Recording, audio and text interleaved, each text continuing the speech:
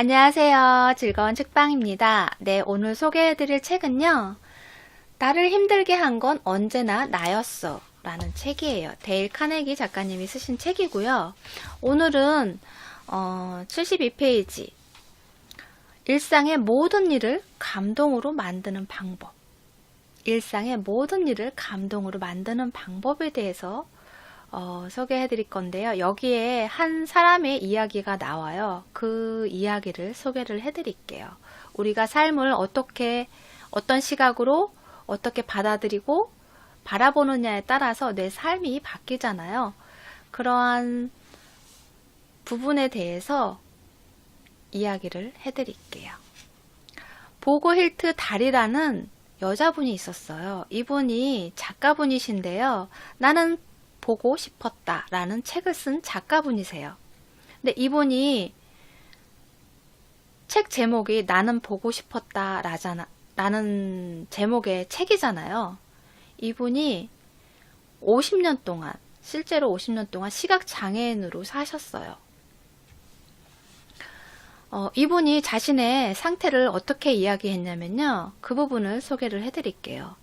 나는 한쪽 눈밖에 쓸 수 없었는데 그마저도 심한 흉터로 덮여 있어 눈 왼쪽의 작은 틈을 통해 보는 것이 전부였다. 책을 읽으려면 얼굴 가까이 바짝 대고 최대한 왼쪽으로 보려고 애써야만 했다. 그러니까 얼마나 답답하고 힘든지 아시죠? 한쪽 눈은 아예 안 보이고요. 그리고 한쪽 눈은 아주 작은 틈, 그 틈으로 세상을 보고 책을 보고 그래야 했던 상태였어요. 어렸을 때부터 그렇게 살았어요. 그래서 어렸을 때 그런 게임을 막 이렇게 마당에서 막 밖에 나가서 막 친구들이 놀잖아요. 그러면 같이 하고 싶잖아요. 같이 놀고 싶잖아요. 그런데 끼지를 못하는 거예요. 안 보이니까. 그리고 그런 땅바닥에다 뭐 이렇게 사각으로 그림 그려서 사방치기 같은 그런 놀이도 하고 하잖아요. 그럼 그 선이 안 보이는 거예요. 그러니까 같이 게임을 할 수가 없는 거예요. 그래서 어떻게 했냐면 아이들이 놀고 다 간 다음에 그것을 땅바닥에 기어다니면서 그 선을 일일이 다 본 거예요. 보고 그것을 그 그림을 머릿속에 새기고 나서 그러면서 그 놀이에 참여를 해요. 그래서 나중에는 완전히 달인이 될 정도로 그렇게 재밌게 놀아요. 그러니까 그걸로 인해서 다른 사람한테 뭐 동정을 구하거나 뭐 구걸을 하거나 뭐 특별 대우를 받거나 그런 걸 원치 않았어요. 동등하게 같이 하기를 원했어요. 그래서 집에서도 책을 읽을 때 큰 글씨로 된 책을 읽게 되는데 잘 안 보이니까 큰 글씨로 된 책을 읽는데 책을 어떻게 읽어야 되냐면요. 이 책장이 이게 눈썹에 완전히 다 붙을 정도로 속눈썹이 거의 책장에 닿을 정도로 그렇게 가까이 대고 읽어야 되는 거였어요. 그 정도로 안 좋은 상태였어요. 그런데 이분이 나중에 학위를 2개나 받아요. 미네소타 대학교에서 문학사 학위를 받았고요. 컬럼비아 대학에서도 인문과학 석사 학위를 받으세요. 그러니까 얼마나 거기에 열정적으로 열심히 자신이 할 수 있는 그런 최선을 다하고 그리고 그걸로 인해서 또 그만큼의 성과를 얻어요. 그러니까 온 마음과 정신을 내가 원하는 것에 집중해서 그만큼 열정을 에너지를 쏟아부었겠죠. 그리고 이분이 이제 대학에 졸업을 하고 나서 미네소타 주에 있는 아주 작은 마을에 교사로 가요. 교사로 가고 나중에는 대학 교수까지 하게 돼요. 그곳에서 13년 동안 학생들을 가리키셨어요. 그러시면서 책도 출간하고 나는 보고 싶었다. 자신의 이야기를 담은 책을 출간을 하세요. 그래서 강연도 하러 다니셨고 그 다음에 라디오 방송에도 출연해서 책 이야기도 하시고 그렇게 활발하게 활동을 하셨던 분이세요. 이분이 자신의 책에서 이렇게 이야기를 해요. 나는 내 마음 한 구석에는 항상 시력을 완전히 잃을지도 모른다는 두려움이 웅크리고 있었다. 그것을 극복하기 위해 나는 유난스럽다 싶을 정도로 명랑하고 쾌활한 태도를 보였다.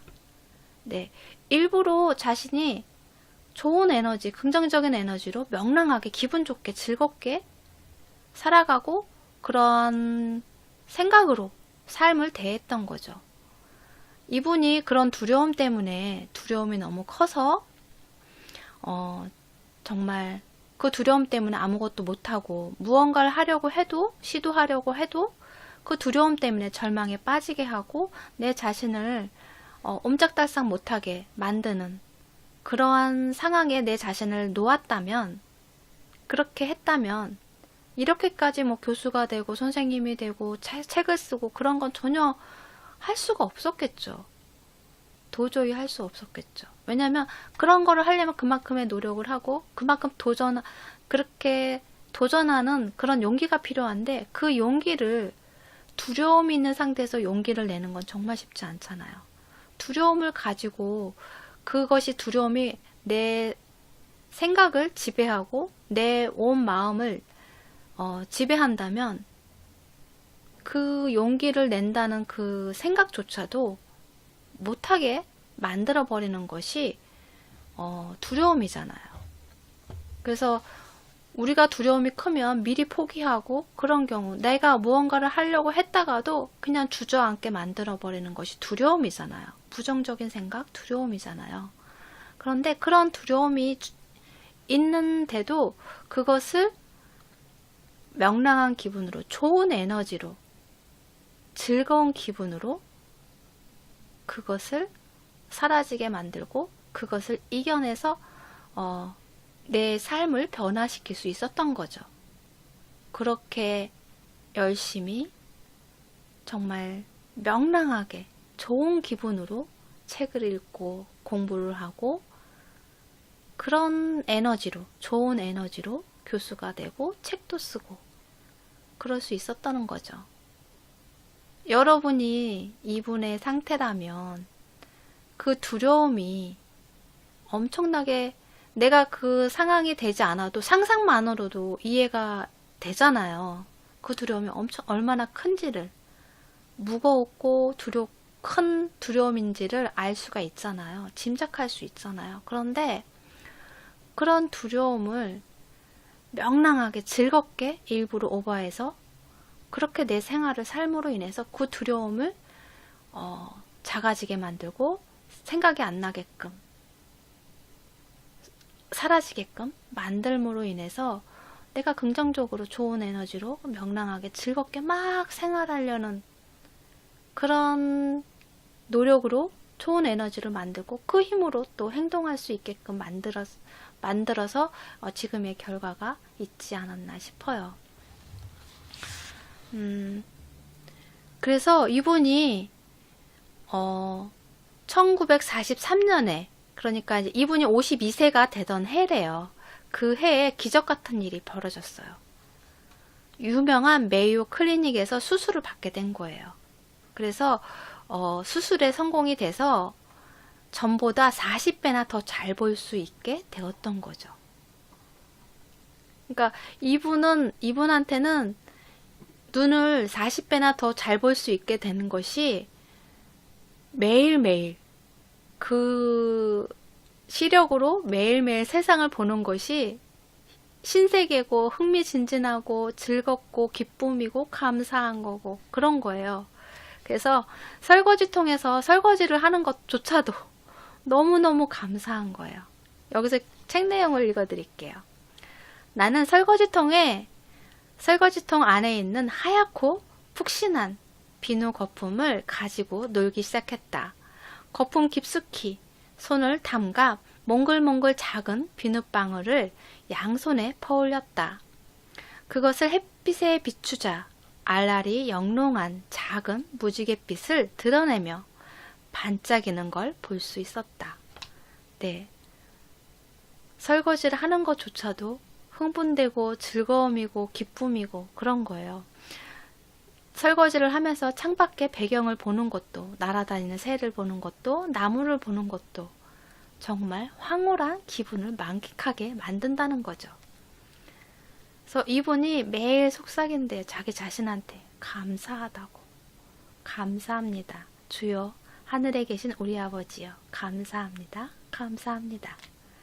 네. 쇼펜하우가 이런 말을 했어요. 우리가 가진 것에 대해서는 거의 생각하지 않고 가지지 못한 것, 갖지 못한 것에 대해서만 생각한다. 네. 우리가 가지고 있는 것에 대해서 생각하고 감사하고, 그런 시각으로 내 삶을 살아가면 정말 매일매일이 감사하고 행복하고 즐겁지 않을까 싶어요. 내가 갖지 못한 것 때문에 속상해하고 뭐 억울해하고 그러지 마시고요. 나 자신을 불행하다 생각하지 마시고요. 우울하다 생각하지 마시고요. 내가 가지고 있는 것에 대해서 충분히 많이 누리고 있고 충분히 많이 가지고 있는 것에 대해서 감사하게 생각하는 하루하루를 사셨으면 좋겠어요. 뭐 손을 자유롭게 움직일 수 있는 것도 감사하고, 지금 영상을 아무런 도움 없이 내 시력으로 볼 수 있는 것도 감사하고, 내가 어딜 원하는 데를 걸어서 갈 수 있는 것도 감사하고, 건강한 몸도 감사하고, 내 가족이 있는 것도 감사하고, 사랑하는 가족이 있는 것도 감사하고, 또 내가 뭐 원하는 것을 책을 볼 수도 있고, 영화를 볼 수도 있고, 그림을 볼 수도 있고, 그러한 것들도 감사하고, 내가 감사한 것들을 얼마나 많이 가지고 있는지, 얼마나 많이 누리고 있는지, 그런 부분에 대해서 한번 생각해 보시는 시간이 되셨으면 좋겠어요. 네, 구독과 좋아요도 부탁드릴게요. 지금까지 들으셔서 감사합니다. 다음 시간에 또 만나요.